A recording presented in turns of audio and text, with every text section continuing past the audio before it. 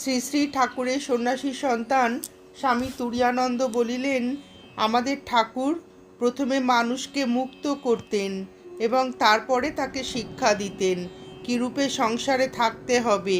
তার দিব্য স্পর্শে মানুষের সকল বন্ধন ছুটে যেত, মানুষ মুক্ত হতো।